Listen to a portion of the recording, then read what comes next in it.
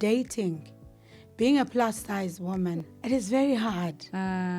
Because I feel you have to make an extra effort. You have to prove that I'm honestly a good woman. Yeah, I was telling one guy that was approaching me, Kuti, oh, so you would make me unkosikazi. He said, you are capable. You are capable of being a good wife. I'm like, as if you're auditioning ngizoba Jesus. unkosikazi wasekhaya. That's because and you feel a certain level as if you are being made a favor by being asked out. You understand? Yeah.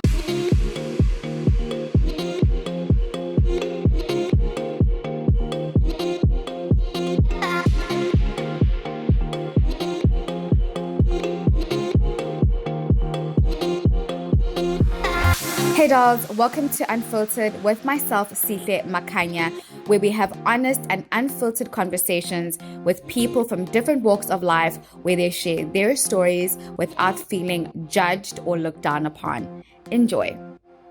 So, I've always been interested in finding out from real women how life after divorce is like, picking up the pieces, dating with kids, financially, how they're able to just be okay again. And I didn't think of anyone more deserving than this chat and this topic than with you, Sphe. How are you? I'm good. You look absolutely stunning. Thank you, so do you. Thank you so much. So obviously the audience doesn't know, I know.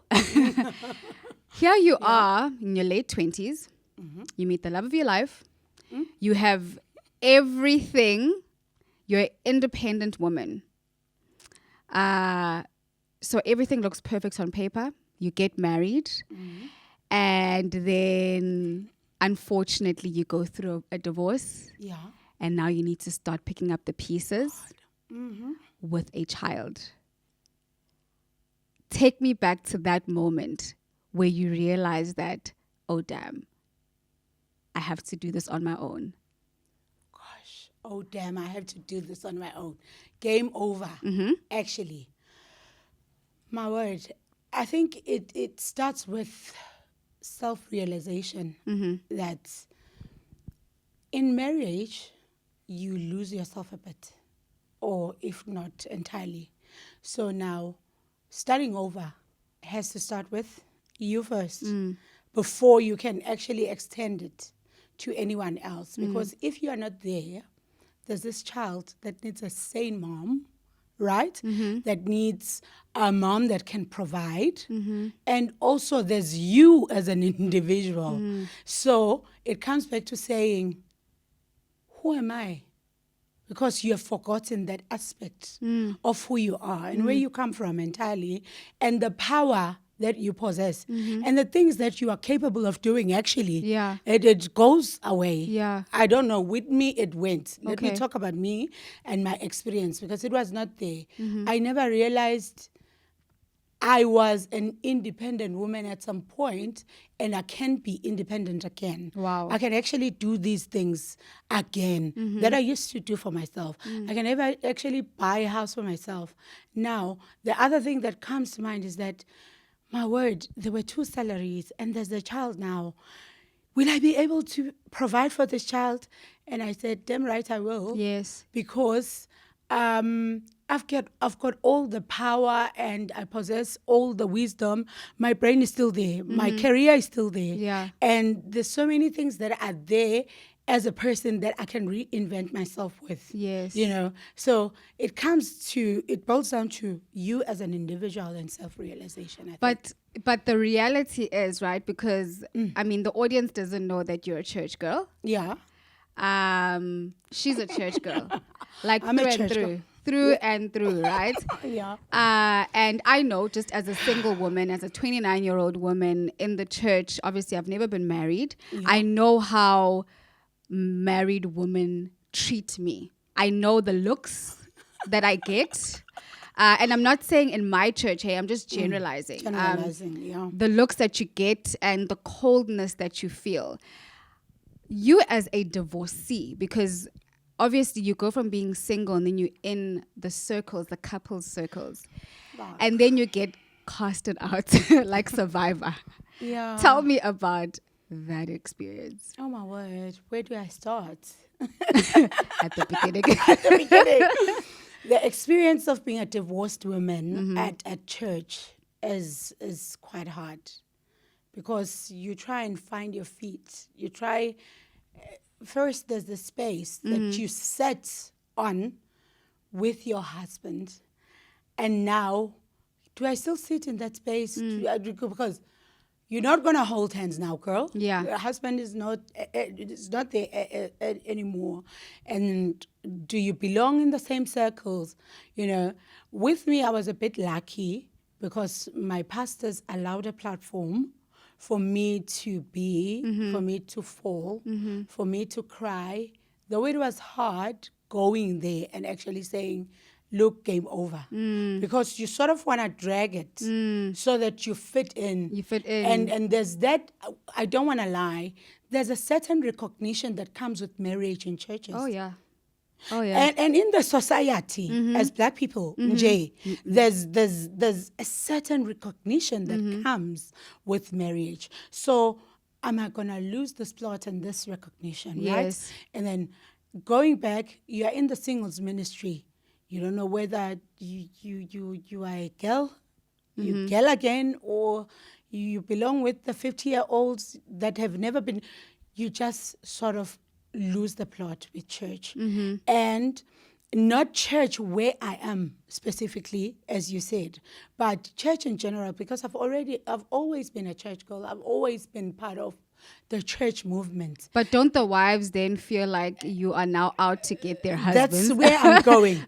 Because with me, I'm an audacious person. You know me. Yes. I'm a body positivity activist, and I do this thing full on, full swing. So there was that thing that someone even alluded that, why are you showing your boobs like this? Why are you wearing such short things and stuff like that? And I said, girl, relax, because your husbands are not in my contact We list are not anymore. interested. Exactly. So just don't worry about that, Yes. because it's not about them, it's about me. Exactly. So there's that alertness that, oh, she's a girl again. So she's too audacious, so she's too explicit, she's too out there. People just sort of getting cautious about that one. And the nice thing is I was pre-warned by my pastor to say, don't you dare think that singlehood now is easy. There's people that are going to now start seeing you as a threat. Not necessarily directly, but you're going to feel it. You don't belong there anymore. You feel it. You are a girl again. And sometimes you don't belong with the girls because they say, yeah. You want to repeat, and stuff like that. Yeah. But what I find interesting about that is, especially about divorcees and divorced women, is you seem to struggle more in fitting back into singlehood than men, right? Because, we've seen it. And this is not just with our race. This is just society as a whole. The moment a man gets divorced, he already has a line of girls, who are obviously waiting for him. Now, as a woman and a plus size woman, it's much more difficult. I can only imagine. Dude. And I feel like you just said, that people are constantly policing what you're wearing. True. How has it been like for you having to get back into the dating game, number one, as a plus size girl, now with the child, right? Yeah. And then number two, the policing of how you carry yourself as a divorcee and as a mom, not just in church, but even in the circles that you were in. Can you start with the policing? Yes. I think let's work it backwards. Yeah. If you are okay with that. No, that's fine. Oh gosh, policing is everywhere. Sihle. It's just everywhere. You'd find people, church people. Unfortunately for me, I'm also a PK. Yes. And as I said, I've been in the church scene for a long time. So you'd find church people calling from as far as London I'm not trying to make myself important. Yeah. But I'm just saying, saying, Sphelele is doing this. The first time I posted something, Yes. I was wrapped in a towel. Hold on, but I need to tell the audience that Sphelele, after her divorce, like she said, she found her confidence and she decided to go full force into modeling. Yeah. And after she did that, she did a plus size model challenge, right? Yeah. And part of the challenge was to basically pose with jeans holding your boobs. Yeah. And she did that, and the church aced her out. Yeah. The church aced me out. The church aced me out. Yes. But it starts with the towel because the lady is on my Facebook, friends list, sorry. And she pointed out that, it does not go along with. And I say, I see nothing wrong because a slim lady can do the same and it's acceptable. Like, I'm always posting photos of myself I and know, girl. half naked. Yeah. Not half naked showing my whole body now, but like, no one's ever said anything to me. Yeah. Why do they talk about you? I would think when you are a plus size woman, you like how we say when you are black and a woman, you are black again. Yes. When you are a plus size woman, I think you are black 3 times. Yeah. Then. Because, girl, the amount of prejudice that you're gonna get, it's just too much, right? Even me being aced out, I pointed it out that, I don't think the sanction is fair. In that you could have been lenient. It's not like I was doing it there was no malicious intent. And for me, because I actually went and said, this is what I'm embarking on. I'm embarking on modeling. But obviously church does not receive that very well. Even my own mom now. Because I don't want it to be as if I'm attacking church, yes. entirely. Yes. I'm still a part of church. Yes. And I love church. Yes. And I understand that church, like home, has rules. Yeah. However, I'm this being. Yeah. Like I'm this middle child at home. Yeah. Who's got obviously issues, not issues per se, but who's very articulate in how they handle themselves. I'm sorry to cut you there, but I find it to have a lot of double standards because, like I said, that I'm a model, so I always post stuff of myself in bikinis and people celebrate me, So when that happened to you, I was frustrated on your behalf. I get you. Yeah. And just in general, because I just feel like why, when you've worked so hard to rebuild your self-esteem after a divorce, why then does society feel like they want to break you down again? Yeah. Society thinks, I think when you are thick and when you are plus size, actually, they have a say. I was actually making an illustration, and I always make it when I'm hosting events, when I say, you can take a handful of chips and have that, being Sihle, right? And walk on the street. Nobody will ever remark about that. But I can take a handful of chips or 2 chips and start like chewing, let's say, Yes. She can't, you understand? She's not supposed to be eating that. There's that stereotype. Yeah. Now it goes back, like moving from here, it goes to dating. It takes a lot for a plus size woman too. It takes a lot for me. It took a lot. Let me not just say it takes a lot. It took a lot for me to build my confidence to where it is. Right? Is this after the divorce now or just in general? Just in general. Okay. Now think divorce, right? Divorce breaks you. It messes you up entirely. And you have to build yourself and you say, I'm reinventing myself as a person. This is how I'm reintroducing myself. Something that I've always liked to do, I'm doing it.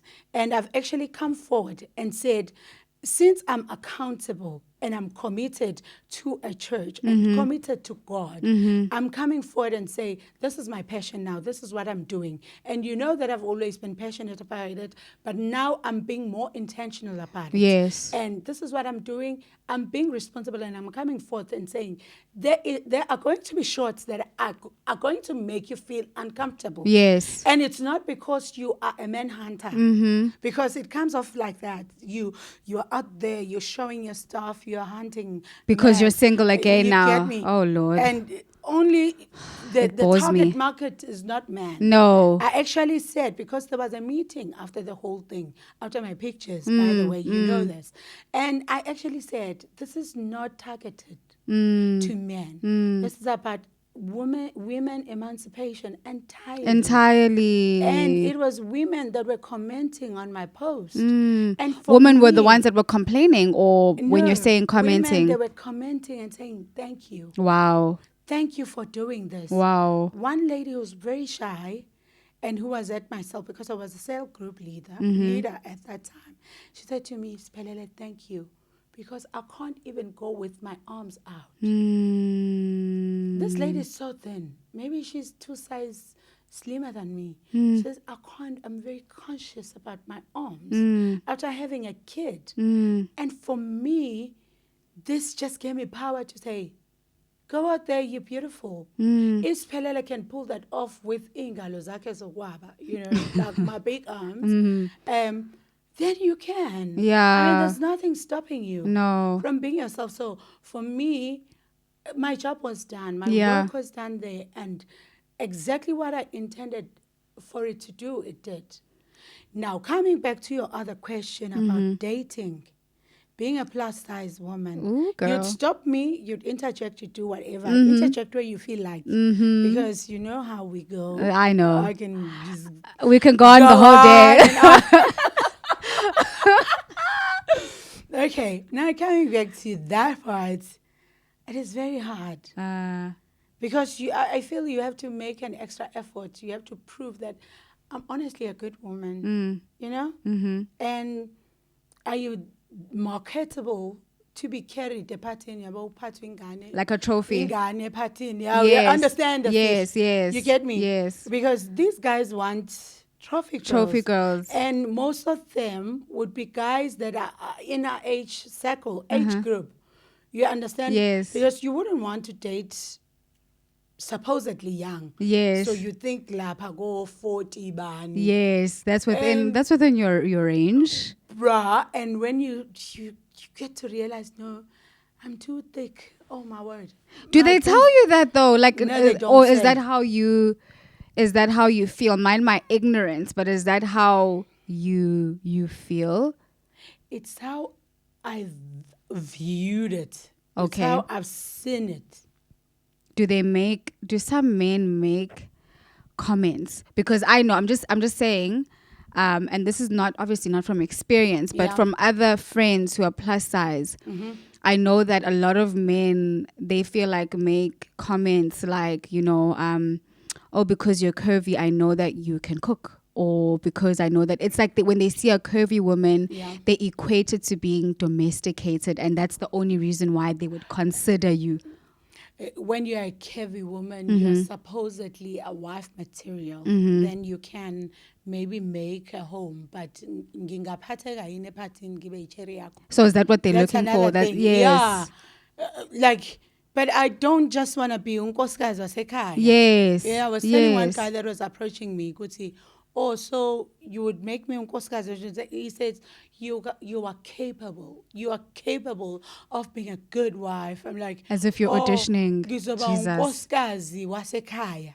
That's because and you feel a certain level as if you are being made a favor by being asked out. You understand? Yeah. Oh, so when they say unkosikazi wasekhaya, so there's obviously some viewers who don't understand this Zulu. That means like a homebody. Homebody, yes. Homemaker. Which means they can't take you out. Exactly. Why can't I go with you to a party wearing a skirt that has a slit? Why, actually? Why can't I go with you to a party and I'm showing, and you understand? And I'm a cheater. By I'm a cheater, I mean man. Yes. Would obviously make would make a comment and say, let's take me and you. I know you won't be offended by this. Yes, go ahead. Let's say a guy comes with you.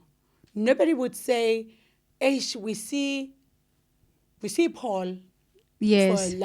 For an example, yes. we see Paul coming with his slim slice lady model. Yes. They would never say No, that. they wouldn't. They would never. But whenever, if ever Paul would appear with me, being thick, they'd say, "How is Dudla Paul Bagiti?" And "Oh, shame, it's Dudla." "Oh, shame, this plus size woman, It's Paul's subtle. girlfriend." Yeah, So there is a sensitization that, "Oh, she's thick. Oh, you're thick and pretty." Somebody made that comment, said, "Oh, you're pretty, yet you are thick. You're so am I thick. supposed to be ugly?" Yeah. Oh, you smell so nice for a thick woman. I'm like, how are you supposed to smell? What a fricadelle, bro. That's so weird. What are you saying? But I didn't realize, and obviously this comes with my own ignorance as a slim woman, and you're making me realize now that there are subtle comments that we make, and I say we, not by me, but just generalizing, we make as a society towards curvy women, that when you receive it, I'm realizing that actually this is not okay, that we're saying that it's not okay to say umfazi wasekhaya, like a homebody, because you're basically saying that you don't deserve to be out there, Exactly. So basically, to me, what I'm getting is obviously dating has been very difficult for you, or navigating through it. It has been hard. Yeah. It has been very hard. Also, the element that you are a mom now, and you are woke. You see? And the funny thing is, you meet 40-year-olds who really don't know what they want. You see? Yeah. You think somebody is after you and they like you. And then you realize how he's been dating. And he was dating, and he would make a remark and he'd say, "Oh, I've been dating, and I was dating so and so." And those people are nothing that you are. Do you get me? Do you get me? So there's those dimensions that say, "Oh, okay, am I really it yeah, for this person?" yes, Because they would actually make remarks and say, "You're a good person, you've got a good heart, you are but okay, if I'm all this, then why? But then why? Okay, why are we giving men? And I know this is a stupid thing to say, but why are we giving men the power to feel like they can just choose? They're at a buffet and they can choose, because you are also at a buffet. That's how I feel. I mean, that's why I haven't gotten married yet, because for me, I felt like, firstly, I didn't feel like I was in a rush. It's my 20s. I needed to get to know myself, But also, I've always taken dating like I also have to choose. True. True. But from what I'm gathering from you is that from the pool that you have, it's not as much of a luxury as it is for me, But why are you not then saying, and as much as they're saying like, oh, I was with so and so and I'm gonna think about being with you, why is it not then also like for you, like, oh, I'm just, this is a buffet and I'm gonna take my time as well, and I can just date multiple people and disclaimer. Like, why are you restricting yourself? Okay, there's part of that element. Thank you said the Bazalane word. There's part of that element of being a good, like this good woman syndrome. Should I say good woman? Good woman. But how we have been raised, of not just going around and stuff, because going and meeting people is not really like you are philanderous. Yes. You're just going, having food, having a conversation, and to say, And the exposure now moving Mm-hmm. from where I was and how I've been raised Mm. is quite hard. Mm. You know? Mm-hmm. Now I'm navigating. Mm. And I'm finding out that, no, I can never put faith. Yes. I can turn you down and say, I'm not happy with 1, 2, 3. Uh-huh. But the journey Mm. hasn't been Hasn't an been easy nice. one. Yes. Yeah. Or I haven't been awoken to that element at the time that I was expected to. Yeah. But now I'm enjoying it. Yeah. I'm enjoying saying, no, I can't do this, I can do that. I can't do this, I can't do that. But the scope is very limited, I must say. That I would say without, You're right. it gets wider when you get approached by younger men. Younger men. And you say, I'm old. But do they not fetishize curvy women? Because right now, obviously, it just seems like, yes, I feel that curvier women and plus size women are being more celebrated now. Yeah. But I feel like there are some men who will fetishize or have a fetish towards curvy women. I get you. Because I've heard comments from men that will say, I follow plus size girls on Instagram just because, but I'm not going to be with a plus size girl. Exactly. I want a Sihle who is slim, you know. So why do you? Yes. Yeah. So for me, do you not feel like the younger guys are looking at you like a fetish? My word, I have not actually. You might be right, Sihle. They might be looking at me like a fetish. However, I have not actually thought of even exploring that side. Because there is a certain level. Now there's things that I want. There's things that I pick and choose. There's things that matter to me that did not necessarily matter then. Then, yes. And there's a whole of me that I've discovered better. So if I don't vibe with you, I don't vibe You don't with vibe, you. yes. I'm not gonna play urafu or play snakes and ladders. Yes. And then at the end of the game, It's not we going find anywhere. Out, you understand? Yes. When it does not work out, or when I can see that it's not gonna work out, I just don't. Even let it go. Let it go. Yeah. But now, I think going back to, like you mentioned, that you have a daughter. Yeah. Raising her now as a single mom, a single plus size mom. Yeah. And I have to emphasize plus size. No, and I'm not bothered. I'm actually very happy that you are emphasizing it, Sihle. Yeah. Because I feel like even though plus size women are being celebrated, there are certain dimensions of your lives that I feel we are not really being exposed to as a society, and we are not being made aware of. And the only reason why I know that is because you and I talk, you know. Yeah. How does it feel like now having to then instill confidence in her? Lord. Also without having her feel like she's been rejected by society. Because anything that happens to you, she internalizes it as it's you. It's herself, sorry. I know. So how are you navigating Oh gosh. around that? My word. Raising my kid, being plus size, and she's also Plus thick. size, yes. She's a thick girl. Bubbly. And very loud and out there. My word. So you get her prejudiced by even moms. Do you know that? Moms can be bad, very bad than the kids, because kids are generally mean. Yes. So she would come back and tell me a certain mom at a trampoline said, "Fat girl, move." You get Fat me? girl, move. Yes. And I even went trying to go and actually approach her. Fat girl, Yes, move. fat girl. No, not you.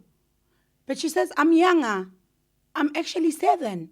She says, but fat girl, you see, all those things, because the trampoline is for young kids younger than 12. She says, I'm within.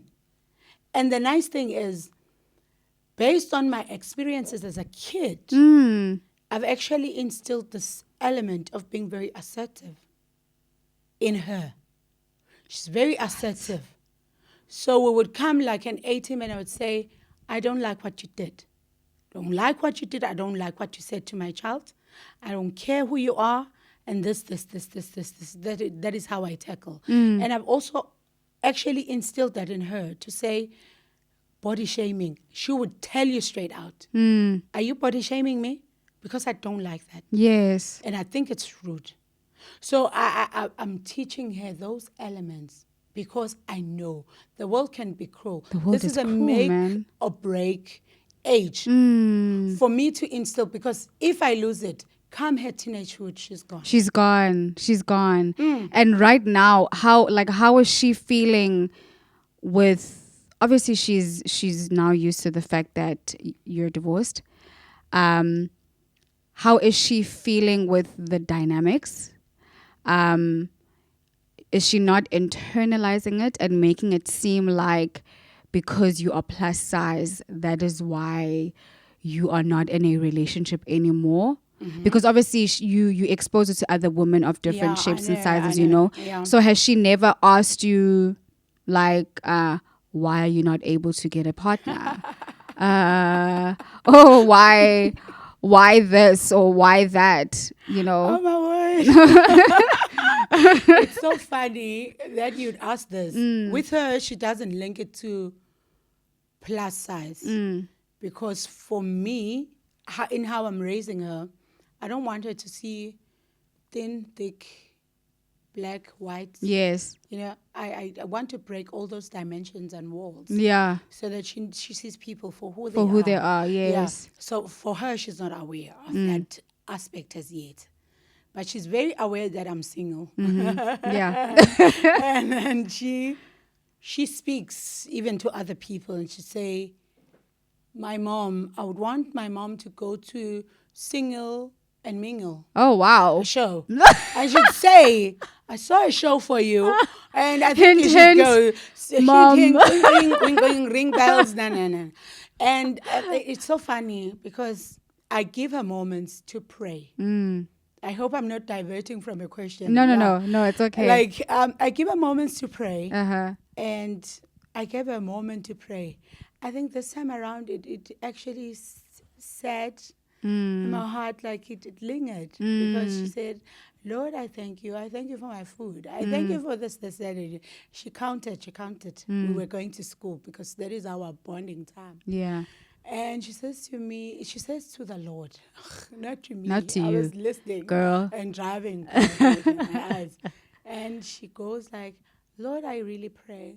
I pray that you bless my mom with her dad. And she actually looks. She peeps.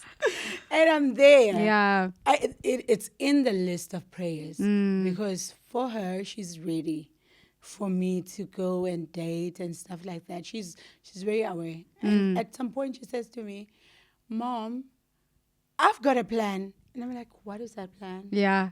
She says, I know how we're going to get a dad. Okay, girl. And I said, How? She starts counting the list, and the list is more for her. Oh, than you, obviously. Yeah. Go, it's more of yes. Must put Nema first. Oh, her name is Nema, by the way. Yes. Yeah. Must love Nema. Must do this. Must play with Nema. Yes. Must spoil Nema. Yes. And I laugh. And she says to me, and the strategy is like, what is the strategy? Yeah. She says, the strategy would be, hi, do you want to be in our family? What? Do you want to be in our family? Do you want to be in our family? And I laughed. You know? Name star. She makes it jovial. But also while we're on that, for me, just after, I did not mention this because we spoke about the positive stuff about the divorce. But one of the positive things after the divorce that I did, if you'd recall, was actually going and working on myself. And not just wanting to bleed on people that did not cut me. Yeah. Because we so much work on our IQ and try and build ourselves and study.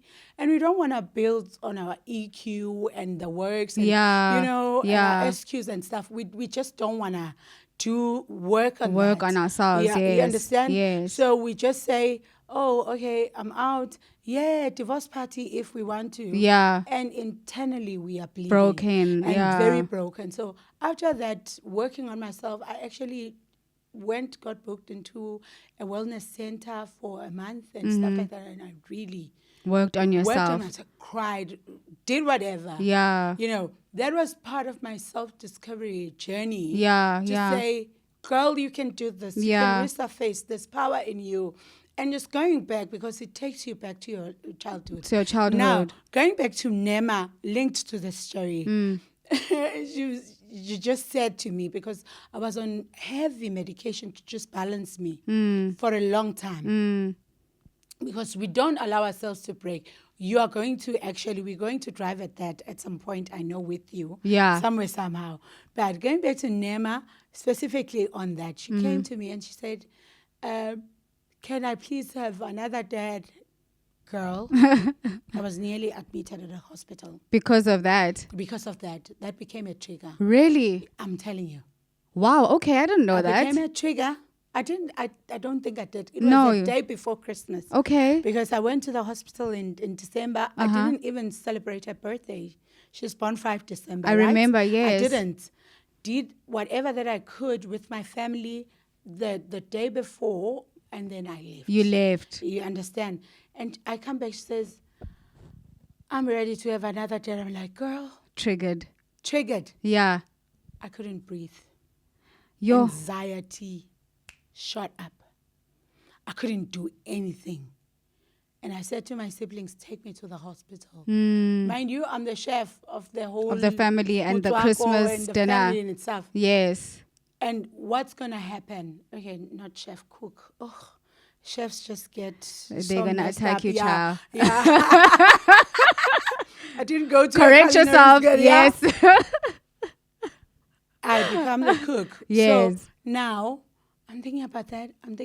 I couldn't pick the trigger. The minute I could pick the trigger, I became okay. Wow.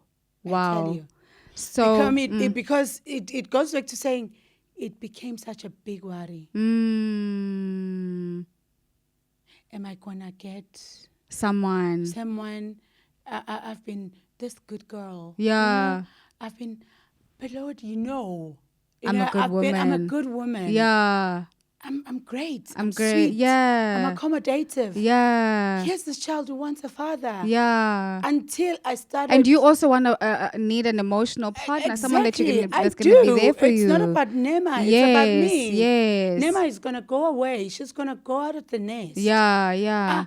This is not how I planned my life. I think it triggered all those things. Wow. This is not how I planned my life. I couldn't breathe. You see? I couldn't just, I just thought, will I be even marketable? Yeah. Will I be even, you get me? Yeah, yeah. How am I going to go? Because for me, even going into marriage, I did not date. Yes. You did it the church way. I did it the very church way. I did not date. But I think now, just in closing, for other women who are either going through what you went through, trying to pick up the pieces, what advice would you give them? Firstly, on themselves, because that's the most important relationship that you can have, especially from what I heard from you. Yeah. And also being emotionally and financially there for your child. Yeah. What advice would you give another woman as well? I think our demise, the advice I would give other women is, our demise as people is being, what is the word that I'm looking for? English is just sitting at the park. It's being in denial. Oh, yes. You know? To say, this and this needs work. You see? And wanting to show the world that you can do it. That you're okay. And that you're okay. Not wanting to break, not wanting to take support. And break in private, eh? I know. And that is our demise as people. That is what messes us up. Okay? So my advice would be, allow yourself to grieve your marriage. Mm. But while you are grieving, come back to self. Mm. Bring Sphelele to Sphelele. Bring Sihle to Sihle. And say, yes, this might have happened, but I'm still whole. And I still can do 1, 2, 3, 4, 5. Affirm yourself. Yeah. You see? Yeah. Because that is the other problem. And for things that you cannot do, I like the financial aspect because we go on maxing credit cards. Child, I did that. We go on maxing credit cards trying to overcompensate and trying to stabilize. Yes. Leave overcompensating. And not to change the lifestyle, hey? And not to change the lifestyle and Yeah. say, I need to downgrade. Yeah. I need to do this. In a long time, I've never had a car this long than I've had it now. And I'm okay. You're okay. It drives Girl, well. you are alive and kicking. Exactly. Yeah. And I'm proud of Yeah. my car. It's okay. Yes. I don't need to start a new credit Yeah. for me to actually show the world that I'm doing You're doing it. fine. And I'm doing fine. Yeah. So it all starts with you. Why you're doing things. And not just doing things to prove a point. And also seek help where you need help. Yeah. Allow people to help you. Don't be too proud. Yeah. Also, what helps you emotionally is there's stories that you're not going to get from people. People that I don't know how other divorces panned out, but there's stories that you're not going to get from people. And bitterness can be the greatest delayer or whatever, if For your there's such a word, blessings. for your blessings and for your progression. See? So I would say let go. Let go of things that are not necessary in your life. Because they will chain you and they will keep you down. From growing, yeah. From growing. Yeah. But it starts with self. With yourself, yeah. Because sometimes we stay in relationships and we stay in things for our kids and not realize that our kids will grow and they would leave. They will leave, yeah, and you will stay. Yeah, and you'd stay. Yeah. So it starts with you. With yourself, yeah. Affirming yourself and allowing yourself to break and taking help and opening up. When you're sinking, tell them you're sinking. You're sinking, yeah. Because Wow. if you don't, you're going to sink and people are going to talk about you. That's true. And you're still going to break even more. Exactly, Yeah. exactly. For me, just a quick one, there was a point when I did not have rent. Yo. Yeah. I did not have it. It was not there. And I was sinking. You see, I would not even have petrol. I was sinking deep. But it took me going to other people and seeking help. Yeah. And understanding the aspect that it takes a village. A village. To actually raise kids as well. Yo, on that note, thank you so much, Sphe. Thank you. Pleasure. I listen. I never get tired of hearing her story. Like I never get tired from just being remotivated, and I hope that someone can learn something from today's topic, and they learn how to rebuild their lives after a divorce. Yeah. Thank you. Thank you for having me. It's a pleasure. Thank you. Hey dolls, don't forget to like, subscribe, and turn on your notification buttons to get more on my podcast, Unfiltered, with me, Sihle Makhanya.